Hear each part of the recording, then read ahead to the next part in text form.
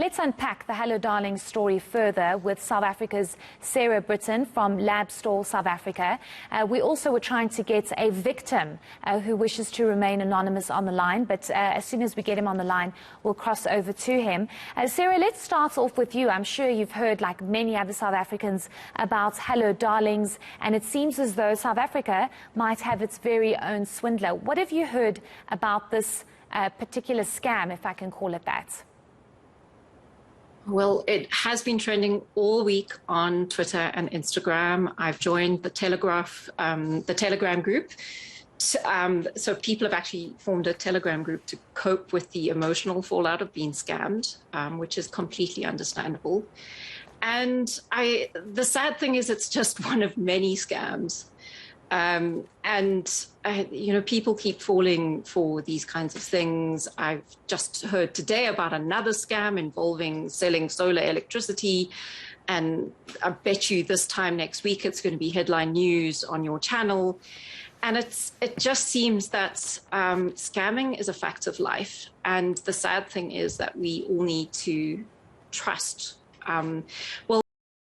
If you do, then you get your money. And it's that proof of concept early on that encourages others to pile in and put their money at risk. And that's why these kind of scams are incredibly hard to escape, because in terms of marketing, in terms of messaging, in terms of the way they use trust, and they often, scammers target members of their own communities where they have a very strong track record, or I trust this person because they're a member of my community. And this goes back very long way. I remember, I'm showing my age now, I remember the Cubus milk scandal. It was one of my earliest childhood memories of the early 80s, where a guy encouraged, rural Afrikaners to basically culture rotten milk. And he made an absolute fortune. He was eventually jailed. So this thing goes back, this kind of scam goes back a very, very long way. And it relies on people who have a good experience, who then recruit others to have a good experience. And it's a form of network marketing. And that's why network marketing schemes of all kinds are dodgy. Do not go for them. This latest scam that I've heard about, which involves selling solar electricity, exact same thing. And if it's too good to be true, it probably is. Sarah, I want us to go into what people should look out for after we actually try and get a victim who wishes to remain anonymous of Hello Darlings. Hopefully I can hear him and he can hear me. Anonymous, perhaps just speak to us about your experience with Hello Darlings and what you went through and how much you've actually lost. Unfortunately, we just can't get through to Anonymous. It would have been amazing to hear his experience. But Sarah, let's maybe come back to you. Before I ask you about what people should be looking out for, I want us to maybe speak about, you had sent me a message to say that romance scammers alone in 2020, you say people lost over $300 million, if I'm not mistaken. Yes. And I think when it comes to romance, when people are looking for love and people want a companion, a partner in life, they fall into this trap, and that's what we saw with the Tinder swindler. Maybe just speak to us about what happened in 2020 and what research you have found with regards to that. Yes. So I actually had a whirlwind romance with a scammer. I knew he was a scammer from the moment he contacted me. It was very obvious, and I led him on, and I was really, really hoping he would ask me for money. I've subsequently discovered that there are many people out there who do this. They're called scam baiters, and they make it their life's mission to waste scammers' time. It's been going on for about 20 years.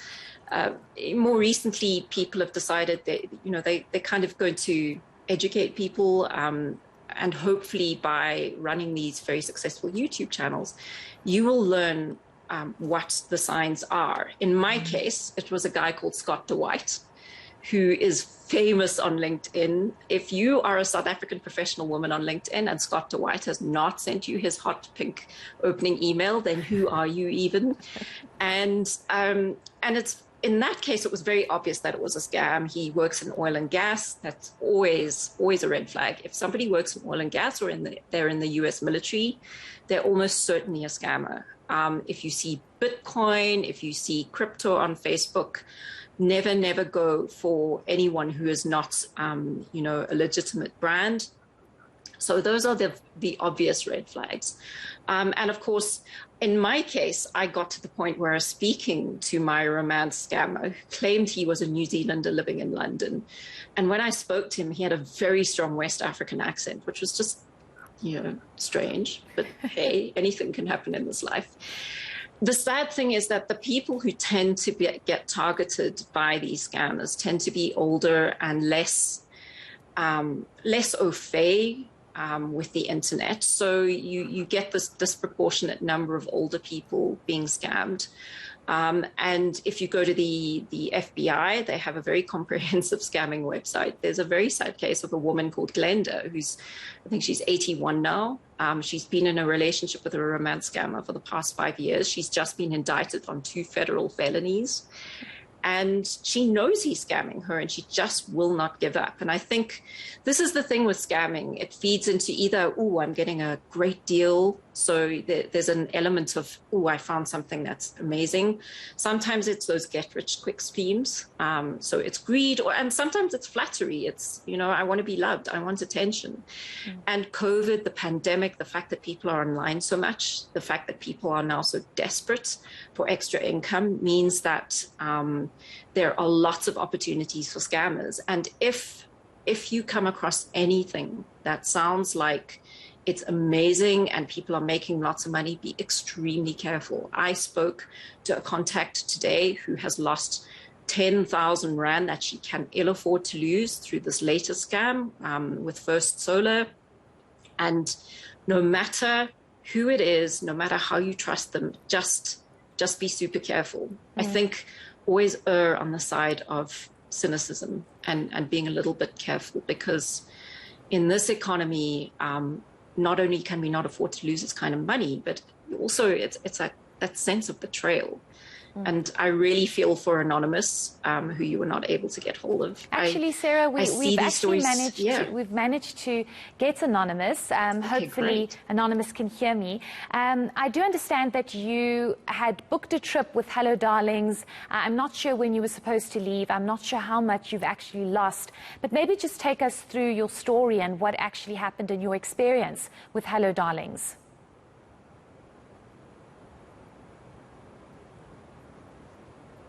No, unfortunately, I just don't know if it's the gremlins in the system or load shedding or what, Sarah, but we just can't get through. Hello? Okay, apparently he is there now. So, yes, I can hear you. Yes, I hope that you can hear us. Maybe just tell us your experience with Hello Darlings and, what your experience was like and what you've lost. Okay, again, we have not been able to establish that line with... You know what, we've all been through this for the past 2 years in the pandemic. Yes, I think it makes it more difficult that we are on hybrid and it's anonymous. Sarah, maybe if I can just ask you one last question. If you look at what happened with the Tinder swindler, eventually Simon was arrested. I think he only spent 15 months in jail. But many always look at these scams and these situations and say, do people actually ever get arrested? Simon's back on Tinder, I believe. I saw a post that he's in... Budapest. So, many people are saying, do people actually get caught? What should we be looking out for? And at the end of the day, these people just go out there and continue living their lives and have stolen millions of rands from people. Yeah, well, that is the sad and frustrating thing about scams. And I think one of the points I want to make is that, it's not just Taz Musa, it's not just the Tinder swindler. I mean, we look at Steinhoff, for example. I mean, there are a lot of people out there who should be in jail and who are not. Our money is precious. We work very hard for it. And we just have to be super, super careful about who we give it to. I'm really hoping, I work in social media. It's one of the things I do, that influencers, for example, who are very instrumental in getting people to trust Taz Musa and Hello Darlings, that influencers in particular will be much more circumspect and much more careful about what they choose to endorse in future. Because scams are based on trust. It's all about trust. And when trust is betrayed, there should be consequences. And I'm incredibly sorry for Anonymous and for the many people who have been scammed by Taz. You wanted to buy this fantastic holiday and then instead you're out of pocket and you feel humiliated. That is not a nice feeling. And I would imagine many people can't afford that, to lose that kind of money. So I think just remember your money is yours. You worked hard for it. Be very, very careful about who you give it to.